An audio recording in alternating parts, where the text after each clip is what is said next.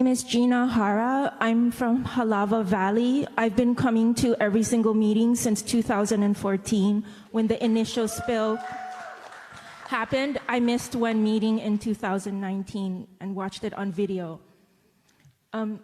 What I would like to say is, to go back to the previous person, the 100 parts per billion was always the amount of safety by the Board of Water for many years. We had no problem with 100 parts per billion for TPHD, which is diesel fuel in our water. We should not have more than that, because at 160 parts per billion, we can smell it and taste it. Why is it 400? That's because in 2016, the Red Hill whale spiked at 1,600 parts per billion. That means that's 660 times the safety amount. So the Department of Health raised it to 400 parts per billion at the protest. At the Board of Water pleaded with the Department of Health. Several letters were given back and forth saying that's wrong, don't raise it to 400. Two people in the Department of Health raised it. It was Roger Brewer, who I went to go meet about this case. Also, there's another person, Roxana Faith. They are very much believing it should be 400 parts per billion, but as you can see, should not be that. The people were returned to their home and they're very sick. Another point I would like to make that is missed is that in December 6th, some people moved to their house. That's even before the big spill came out. They were already getting sick. Let's note that the Department of Health has eliminated in their timeline that there was an injunction hearing. They were sued. They had to be sued because of the way they were handling Red Hill. If it was not for the 13-hour injunction hearing, we would not have known 19,000 gallons was missing.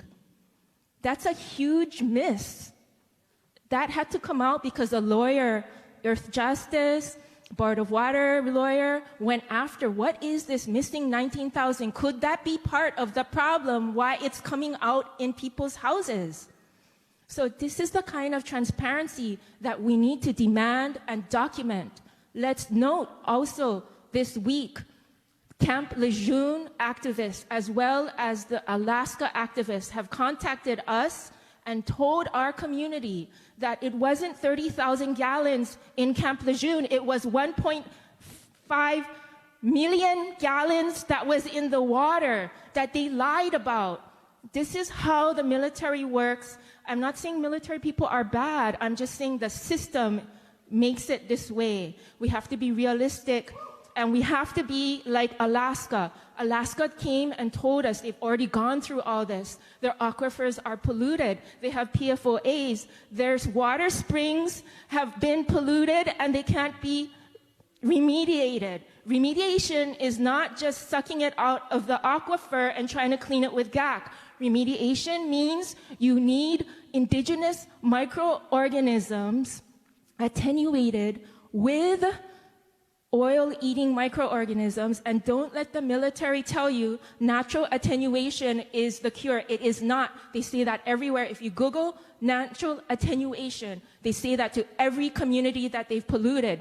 There's 469 communities that have been polluted across the U.S. from PFOAs, and the Department of Health has told me that being polluted by jet fuel is not as bad as PFOAs, so they're not that worried. The EPA told me from day one that microorganisms naturally attenuated and they're organic, so this situation doesn't worry them that much. They said that on the stage in 2014. Note, in 2014, the Excel spreadsheet that the Navy was using was the same Excel spreadsheet from 15 years prior, and you can see that. It used to be able to see that on the EPA website. So it's the same thing that happened, but it's a different people, different politicians, different activists. I wasn't able to be there 15 years prior, but I've been there since 2014, and I'm telling you, We have been stonewalled every single meeting. Everybody believes that the military economy is important to Hawaii. The politicians were on the side of Red Hill and the Navy, all this. We've been going through a double lining. We've been through trying to find another place. We've been lied to. I have been lied to. At every single testimony that I've given, the Navy guy tells me about the place, and he never answers. And it's because he was making a walkable city in Makalapa.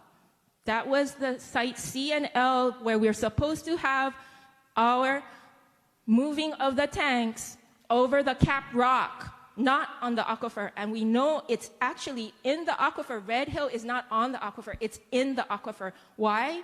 Because when it rains, Vincent Peters, who worked there for a long time, we got him on video, he says that when it rains in the pipes. He has a tin roof, a totan roof over the pipes so it doesn't rust.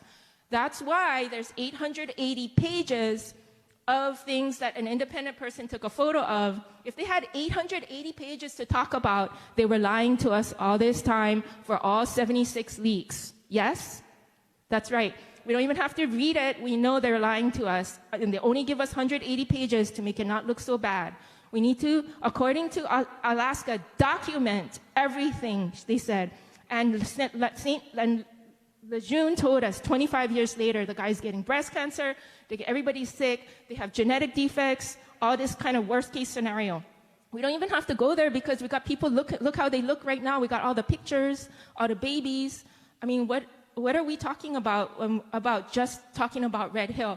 When we look at this as a community, I found out there's 1,000 leaks. There's more toxicity. Everywhere the military goes, everything is toxic because everything goes to the water. We cannot just look at Red Hill. So the problem I'm trying to say to you is it's bigger than Red Hill.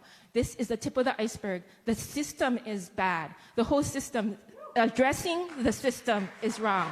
The system addressing the system is what caused 2021. The system, it was the system that doesn't do anything. We go to meeting after meeting after meeting. How much of our time, we need to charge them, by the way, for all of this overtime. Honestly. And we need to, this is what we need to do. We need to plan to remediate our water through, we need to separate the money from the Navy. We don't want to be following what the Navy says is the solution. They don't have the solution. They don't have the solution. We need an escrow fund. We need an escrow fund. We need to get that money, put it away from them. We don't need to hire people from abroad. We can consult them, but we need to find how to use those microorganisms similar to Korean natural farming. That thing does get eaten up. Okay? So we need that, and we need to have our own testing. We don't want their testing. You know why? You know why we don't want their testing? Because in 2016, the same time the Department of Health raised the TPHD to 400, the Navy says instead of 64 contaminants, they want only 10 contaminants, and they want to destroy the data set. When we are contaminated like that, don't you think we should increase the amount of data set? We should be expanding it. For PFOAs, we should have the whole array. They should pay for it, and we shouldn't depend on them and Gina, wait for them. It's 8 o'clock, and we have to let the person behind you ask their question. What I can tell you, Gina, is there is no acceptable parts per billion level of fuel that belongs in the Red Hill well. Read the paper I will give you. Okay, thank you. Thank you. Thank you, Gina.